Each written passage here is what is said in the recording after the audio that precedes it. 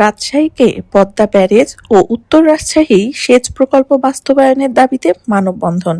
বৈশ্বিক উষ্ণতা ও জলবায়ু পরিবর্তনের কারণে রাজশাহী অঞ্চলকে মরুকরণের হাত থেকে রক্ষার্থে এবং মাননীয় প্রধানমন্ত্রী তারেক রহমানের নির্বাচনী ইশতেহারে ঘোষিত পদ্মা ব্যারেজ নির্মাণ প্রকল্প বাস্তবায়নের দাবিতে রাজশাহীতে এক মানববন্ধন অনুষ্ঠিত হয়েছে। পদ্মা নদী বাঁচলে রাজশাহী বাঁচবে, ভূ-উপরিস্থ পানির ব্যবহার নিশ্চিত করো, অবিলম্বে উত্তর রাজশাহী সেচ প্রকল্প বাস্তবায়ন করতে হবে, রাজশাহীর পদ্মা নদীকে ক্যাপিটাল ড্রেজিং করে পরিবেশ বাঁচাও, কৃষি ও কৃষক বাঁচাও, মানুষ বাঁচাও শীর্ষক ব্যানারে এই কর্মসূচির আয়োজন করা হয়। বুধবার সকাল 10টায় নগরীর সাহেববাজার জিরো পয়েন্টে বাংলাদেশ পরিবেশ আন্দোলন, রাজশাহী জেলা কমিটি ও রাজশাহী রক্ষা সংগ্রাম পরিষদের যৌথ উদ্যোগে এই মানববন্ধন অনুষ্ঠিত হয়। মানববন্ধনে বক্তারা বলেন, বাংলাদেশ নদীমাতৃক দেশ হলেও রাজশাহীর পদ্মা নদী সহ দেশের অন্যান্য নদীগুলো আজ মরুভূমিতে পরিণত হচ্ছে।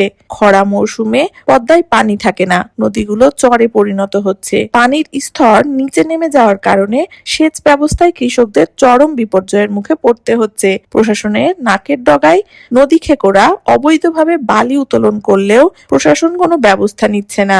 বক্তারা আরো বলেন, বরেন্দ্র অঞ্চলের তৃষ্ণার্ত মানুষের হাহাকার বন্ধ করতে চাইলে দৃশ্যমান ও টেকসই সমাধানের ব্যবস্থা নিতে হবে। পানি ছাড়া জীবন ও প্রকৃতি উভয়ই অচল।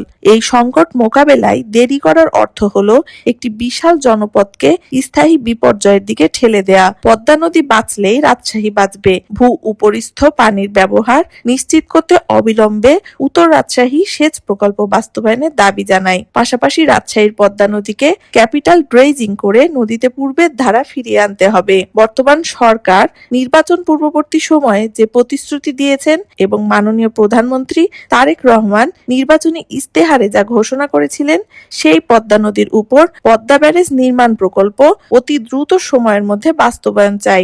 এছাড়াও বক্তারা রাজশাহীর চিকিৎসা ব্যবস্থা নিয়ে ক্ষোভ প্রকাশ করে বলেন, রাজশাহী শিক্ষা নগরী, শান্তির নগরী, পরিচ্ছন্ন নগরী এবং সুচিকিৎসার নগরী হিসেবে সর্বজন স্বীকৃত, কিন্তু বর্তমানে দেখা যাচ্ছে প্রয়োজনীয় চিকিৎসার অভাবে 53 জন শিশু অকালে প্রাণ হারিয়েছে। চিকিৎসা সেবা প্রদানে যাদের গাফিলতি রয়েছে তাদের দৃষ্টান্তমূলক ও কঠিন শাস্তির দাবি জানান তারা। মানববন্ধনে উপস্থিত ছিলেন রাজশাহীর পরিবেশ আন্দোলন রাজশাহী জেলার সভাপতি মাহমুদ হোসেন, রাজশাহী রক্ষা সংগ্রাম পরিষদের সাধারণ সম্পাদক ও বাপা রাজশাহী জেলার সাবেক সভাপতি জামাত খান, বাংলাদেশ পরিবেশ আন্দোলন রাজশাহী জেলার সাধারণ সম্পাদক মোসাম্মদ সেলিনা বেগম, বাংলাদেশ পরিবেশ আন্দোলন রাজশাহী জেলার সহসভাপতি এবং রাজশাহী কলেজের বাংলা বিভাগের সহযোগী অধ্যাপক Mohammad Jewel Kibria, green voice Rajshahi college শাখার সভাপতি রাবেয়া খাতুন, ছাত্রমৈত্রী রাজশাহী মহানগরের সাবেক সাধারণ সম্পাদক ও স্বেচ্ছাসেবক সমাজকর্মী সম্রাট রায়হান, দুর্গাপুর উপজেলার সাবেক প্যানেল চেয়ারম্যান রূপালী খাতুন, বাংলাদেশ পরিবেশ আন্দোলন পবা উপজেলার সভাপতি রহিমা বেগম প্রমুখ। কৃষিভিত্তিক অঞ্চল, সেই অঞ্চলকে পানি শূন্য হয়ে পড়েছে। এই অঞ্চলকে বাঁচাতে হলে পদ্মা ব্যারেজের কোনো বিকল্প নাই। এখানে মাননীয় প্রধানমন্ত্রী তারেক রহমান সাহেব ঘোষণা দিয়ে গেছে যে পদ্মা ব্যারেজ নির্মাণ করবে।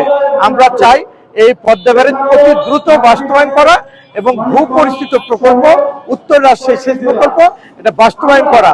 তা না হলে এই 3 জেলায় যে আপনার পানি উত্তোলন করা বন্ধ করেছে, কৃষি ধ্বংস হবে, পরিবেশ ধ্বংস হবে, মৎস্য ধ্বংস হবে, আমরা কিন্তু ফসল থেকে বঞ্চিত হব। আমাদের আরো ছোট ছোট নদী আছে, হোজা নদী, বারানই নদী। এই নদীগুলো ভূমিদস্যুরা 2 পাশে দখল করে রেখেছে এবং সেইটাকে খাল বলে এখন পরিচিত হচ্ছে। আমরা খাল নামে শুনতে চাই না।